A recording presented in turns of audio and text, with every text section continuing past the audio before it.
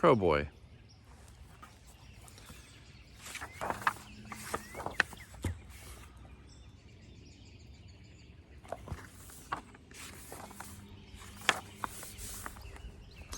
On the first day of our village school in Japan, there was a boy missing.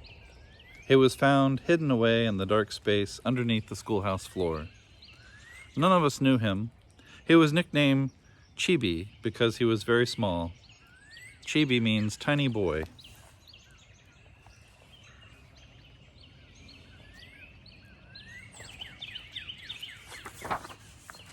The strange boy was afraid of our teacher and could not learn a thing.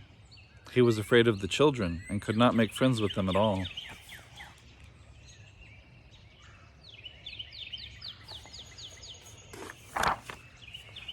He was left alone in the study time. He was left alone in the playtime.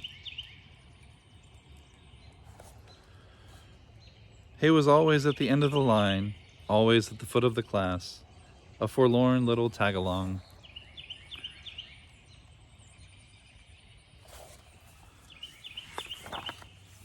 Soon, Chibi began to make his eyes cross-eyed.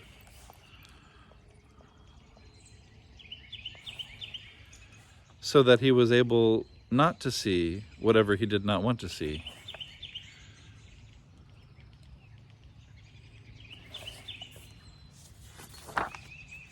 And Chibi found many ways, one after another, to kill time and amuse himself. Just the ceiling was interesting enough for him to watch for hours. The wooden top of his desk was another interesting thing to watch.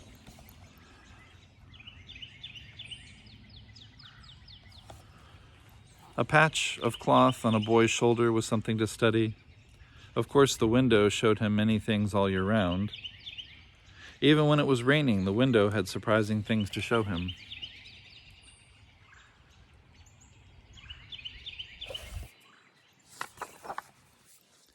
On the playground, if he closed his eyes and listened, Chibi could hear many different sounds near and far.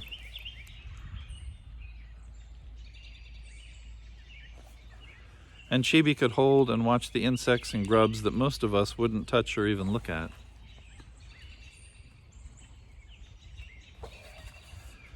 So that not only the children in our class, but the older ones, even the younger ones, called him stupid and slowpoke.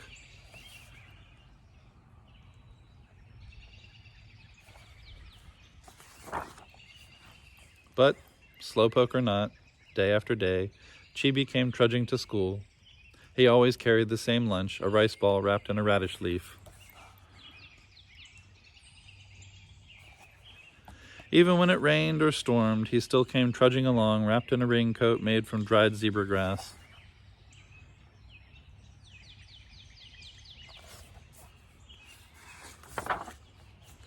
And so, day by day, 5 years went by, and we were in the 6th grade, the last class in school. Our new teacher was Mr. Isobe. He was a friendly man with a kind smile.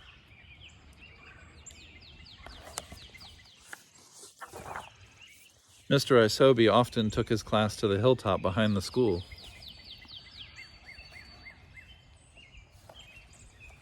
He was pleased to learn that Chibi knew all the places where the wild grapes and wild potatoes grew.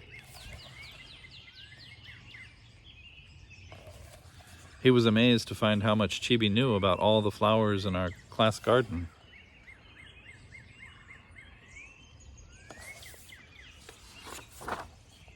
He liked Chibi's black and white drawings and tacked them up on the wall to be admired.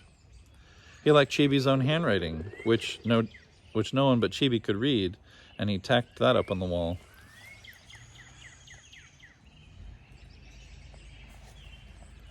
And he often spent time talking with Chibi when no one was around.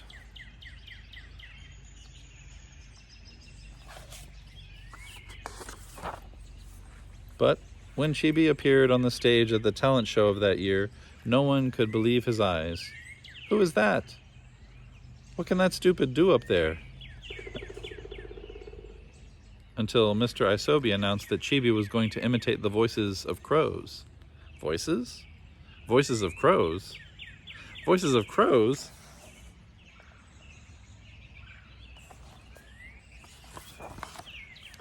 Voices of crows. First, he imitated the voices of newly hatched crows.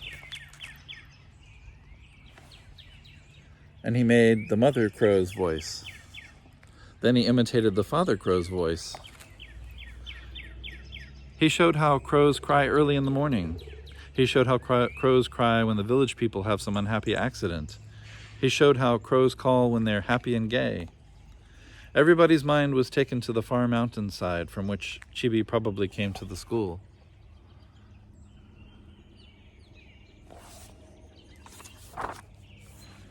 At the end, to imitate a crow on an old tree, Chibi made a very special sound deep down in his throat. Kuat! Kuat! Now everybody could imagine exactly the far and lonely place where Chibi lived with his family.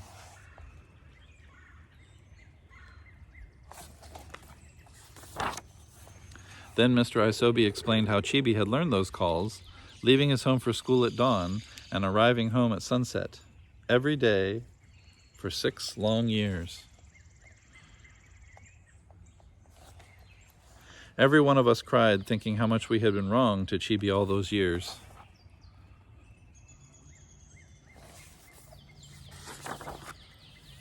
Even grown-ups wiped their eyes, saying, "Yes, yes, he is wonderful." Soon after that came graduation day. Chibi was the only one in our class honored for perfect attendance through all the 6 years.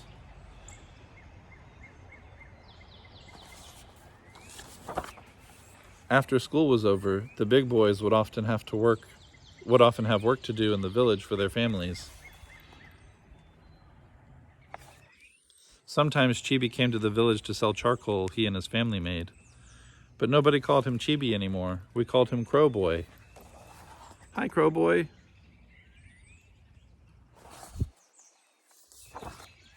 Crow Boy would nod and smile at us as if he liked the name. And when his work was done, he would buy a few things for his family.